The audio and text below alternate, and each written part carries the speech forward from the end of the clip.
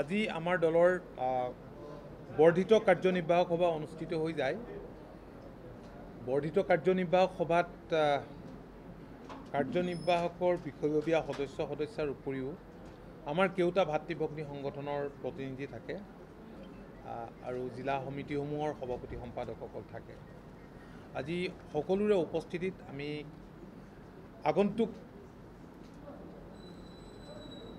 বিধানসভা সমষ্টিকেইটাৰ উপনিৰ্বাচন আৰু পঞ্চায়ত নিৰ্বাচনৰ ওপৰত বিস্তৃতভাৱে আলোচনা কৰিলোঁ আৰু আমি 31 আগষ্টৰ ভিতৰত আমাৰ কেউটা বিধানসভা সমষ্টিত আৰু লগতে যিটো উপনিৰ্বাচন হ'বলগীয়া সমষ্টি আৰু অন্যান্য সমষ্টিত বিশেষকৈ এইকেইটা 31 আগষ্টৰ ভিতৰত সাংগঠনিক স্তৰবোৰ পূৰ্ণাংগ কৰাৰ কাম কৰিবলৈ আমি নিৰ্দেশ দিছোঁ। আছে আমাৰ য'ত পুনৰ্গঠন কৰিবলগীয়া আছে বুথ কমিটি আৰু ৱাৰ্ড কমিটি, সেইবিলাকৰ কাম সম্পূৰ্ণ কৰি 31 আগষ্টৰ ভিতৰত সমষ্টি ভিত্তিত একোখনকৈ সভা অনুষ্ঠিত কৰিব। তাৰ আগে আগে শাখাত আঞ্চলিকত সভা সমিতি অনুষ্ঠিত কৰিব। সভাই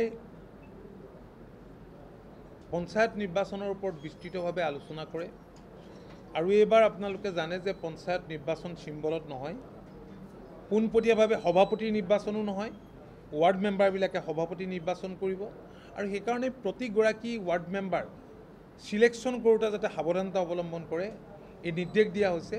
পুৰুষ মহিলা আগতীয়াকৈ যাতে তেওঁলোকে নিৰ্বাচনত কণ্টেষ্ট কৰিব পৰাকৈ সাজু কৰি ৰাখে সেই নিৰ্দেশ দিয়া হৈছে। তো ইয়াৰ উপৰিও প্ৰতি সপ্তাহত ভিডিঅ' কনফাৰেন্সিঙৰ জৰিয়তে দলৰ বিভিন্ন সাংগঠনিক স্তৰৰ কৰ্মকৰ্তাসকলৰ লগত মত বিনিময় কৰাৰ আজি সিদ্ধান্ত গ্ৰহণ কৰা হয়। প্ৰতি সপ্তাহতেই এইখিনি কৰাৰ সিদ্ধান্ত গ্ৰহণ কৰা হৈছে যাতে আমি ক্ষিপ্ৰতাৰে আমাৰ সাংগঠনিক কাম কাজবিলাক আগুৱাই লৈ যাব পাৰোঁ আৰু যাতে জনসংযোগ বৃদ্ধি কৰিব পাৰোঁ। অহা 19, 20 আৰু 21 আগষ্ট তাৰিখে তিনিদিনীয়াকৈ এখন ৰাজনৈতিক কৰ্মশালা অনুষ্ঠিত কৰাৰ কাৰণে আমি সিদ্ধান্ত লৈছোঁ। পূৰ্বতে কেতিয়াও দলৰ এনেধৰণৰ ৰাজনৈতিক কৰ্মশালা অনুষ্ঠিত হোৱা নাই, কোনো ৱৰ্কশ্বপ হ'ব। গতিকে তাৰ কাৰণে আমি আজি সিদ্ধান্ত গ্ৰহণ কৰিছোঁ। তাৰ কাৰণে এখন কমিটিও কৰি দিয়া হৈছে প্ৰস্তুতিৰ বাবে। ৰমেন্দ্ৰ নাৰায়ণ কলিতা, কমলাক্ষ কলিতা, মনোজ শইকীয়া, সুনীল ডেকা আৰু তপন দাসক লৈ। সভাই প্ৰতিটো বিধানসভা সমষ্টিতে জনসংযোগ বৃদ্ধি কৰিবৰ কাৰণে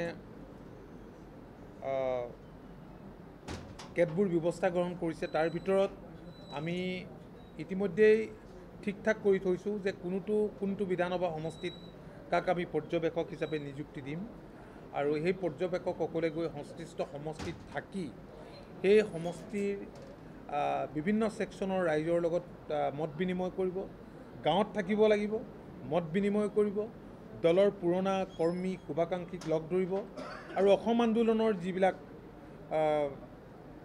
সৈনিক আছিল সেইসকলক তেওঁলোকে লগ ভাগ ধৰি মত বিনিময় কৰিব আৰু ইয়াৰ উপৰিও সমাজৰ যিসকল আগশাৰীৰ ব্যক্তি সেইসকলকো লগ ভাগ ধৰিব।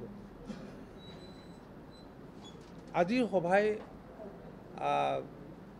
সভাৰ আৰম্ভণিতে যোৱা দিনকেইটাত যিসকল আমাৰ মাজৰ পৰা হেৰাই গ'ল, মই প্ৰস্তাৱটো দি দিম যাৰ যাৰ নাম উল্লেখ আছে।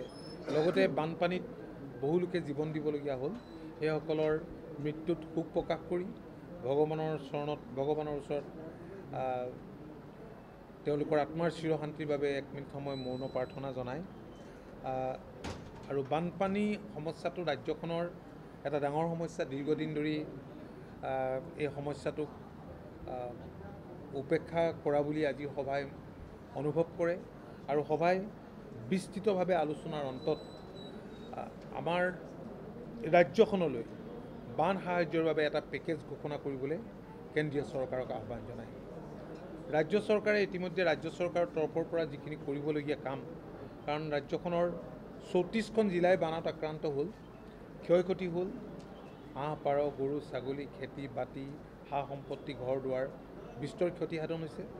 কিন্তু মাননীয় মুখ্যমন্ত্ৰীগৰাকীৰ তৎপৰতাত ৰিলিফ বা মানুহৰ চিকিৎসা পশুধনৰ চিকিৎসাকে ধৰি বিভিন্ন কাম কাজ চলি আছে আৰু সঠিকভাৱে তথ্য আহৰণ কৰাৰ পাছত ৰাজ্য চৰকাৰৰ পৰা কৰিবলগীয়া কামখিনি ৰাজ্য চৰকাৰে ইতিমধ্যেই ইনিচিয়েটিভ লৈছে। কিন্তু কেন্দ্ৰীয় চৰকাৰে এই বিষয়টোক বিহাৰৰ ক্ষেত্ৰত যিদৰে শকত পেকেজ ঘোষণা কৰিছে ঠিক তেনেকৈ অসমৰ ক্ষেত্ৰতো কৰিবৰ কাৰণে দাবী জনাইছে। অৱশ্যে অসমলৈ এটা টীম আহি ছাৰ্ভে কৰি গৈছে।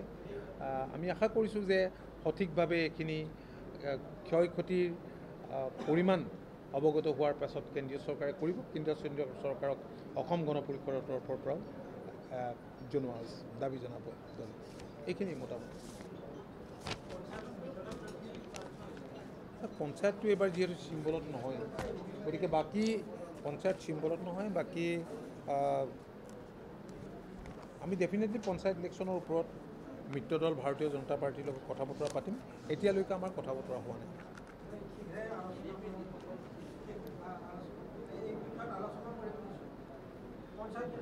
আলোচনা কৰিম।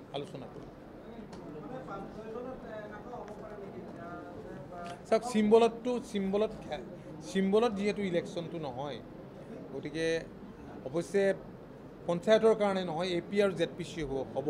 গতিকে কথাখিনি আমি মিত্ৰ দলৰ লগত আলোচনা কৰিম। মানে আমাৰ দলৰ সাংগঠনিক ভেটিটো টনকিয়াল কৰিবৰ কাৰণে আমি পঞ্চায়ত নিৰ্বাচনৰ প্ৰতি লক্ষ্য ৰাখি আৰু যিকেইটা সমষ্টিত বাই ইলেকশ্যন হ'বতো কৈছোৱেই, গতিকে সময়ে এই কথাখিনি ক'ব। আমি আলোচনা কৰিম পঞ্চায়ত নিৰ্বাচনৰ পৰা।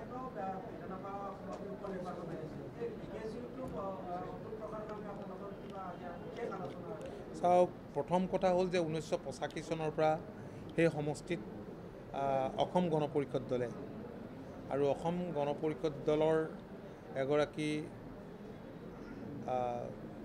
সৈনিক ফণীভূষণ চৌধুৰী ডাঙৰীয়াই বিজয় ধ্বজা উৰুৱাই আহিছে। গতিকে সমষ্টিটো 100% জিকাটো আমাৰ নিশ্চিত, কিন্তু আমাৰ দলৰ প্ৰতিজন কৰ্মকৰ্তাই বিচাৰিছে যে অধিক ভোটত এইবাৰ বঙাইগাঁৱৰ পৰা আমাৰ প্ৰাৰ্থীগৰাকীক আমি জিকাই আনিব লাগিব।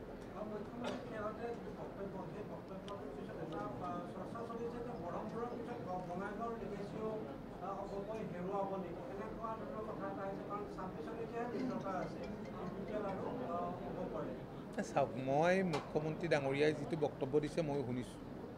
আপুনি কোৱা ধৰণে ঠিক নহয়, কাৰণ 16 চনত আমি মিত্ৰতাৰ চিট শ্বেয়াৰিং সম্পৰ্কত যিখিনি কথা বতৰা পাতিছিলোঁ, তো 21 নিৰ্বাচনৰ কাৰণে আমি পুনৰ পাতিছোঁ। গতিকে মিত্ৰতাত বৰ্তমান সময়ত আছোঁ। মিত্ৰতাটো ভাৰতীয় জনতা পাৰ্টিৰ লগত যিহেতু আমাৰ নতুন নহয়, দীৰ্ঘদিনীয়া মিত্ৰতাৰ অভিজ্ঞতা আছে। গতিকে সময় আহক, এতিয়া বহুত আৰ্লি হ'ব কৈ দিয়াটো, কাৰণ 26ৰ ইলেকশ্যনত তেখেতেও ক'ব নোৱাৰে আৰু মই ক'ব নোৱাৰোঁ। 26লৈ বহুত দূৰ। ঠিক আছে।